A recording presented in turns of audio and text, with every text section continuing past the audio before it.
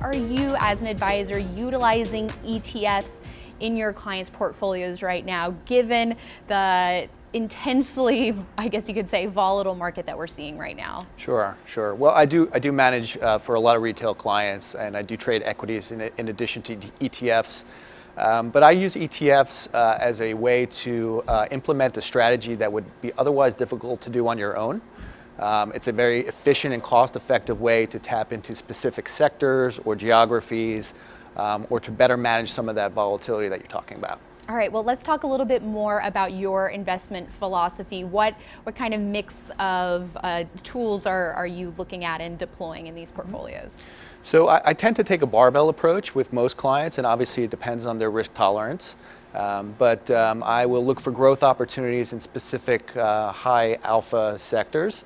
And at the same time, I will err more on the side of income-oriented investments, whether it be dividends or interest, on the risk-averse side of the portfolio, trying to drive an average return that is sufficient to allow people to live a comfortable lifestyle. All right, and are you noticing with your clients, are they asking more to be invested in ETFs, or is it something that you're really having to educate them on in terms of the benefits?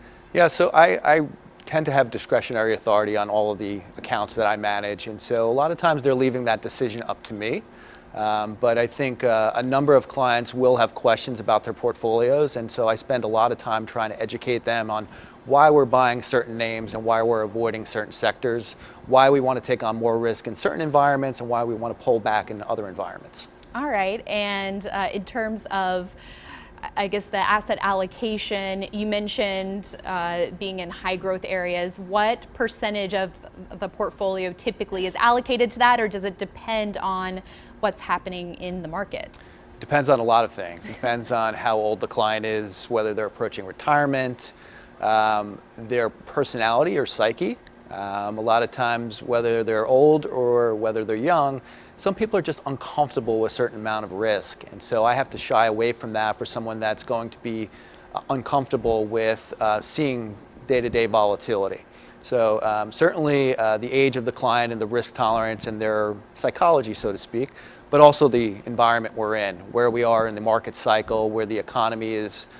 We're heading into an election cycle next year, which I would anticipate there being quite a bit more volatility as we get through the year and approach November election.